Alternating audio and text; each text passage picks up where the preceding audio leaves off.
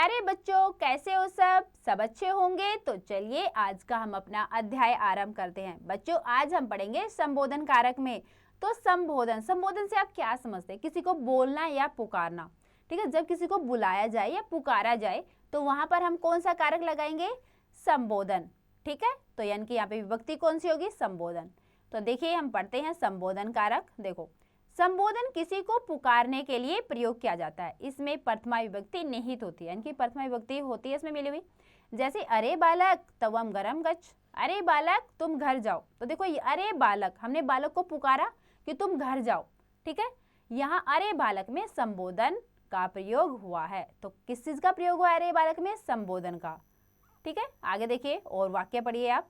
शुभम है हे मित्र अत्र तवम किम करोसि। शुभम बोलता है हे मित्र यहाँ तुम क्या करते हो? अनूप है, अनूप बोलता है अरे शुभम अहम एकम पत्रम लिखामि, मैं एक पत्र लिखता हूँ।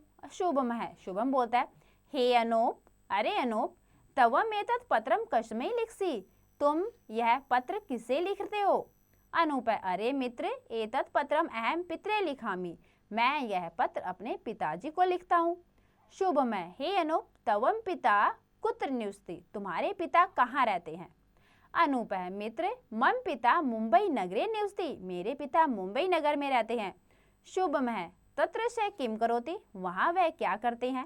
अनूप है अरे शुभम मम पिता एक है चिकित्सक अस्ति, मेरे पिताजी एक चिकित्सक हैं यानी कि डॉक्टर हैं। शुभम सुंदरम अच्छा अधुना अहम गच्छामि, अब मैं जाता हूँ। अनुपम उचितम सही है। ठीक है, तो देखो यहाँ पर अलग अलग जगह पर किस चीज का प्रयोग किया गया? संबोधन कारक का। तो यही होते हैं हमारे संबोधन। आगे देखिए बेटा इसका अनुवाद है। शुभम हे मित्र यहाँ तुम क्या कर रहे हो? अनूप अरे शुभम मैं एक पत्र लिख रहा हूँ।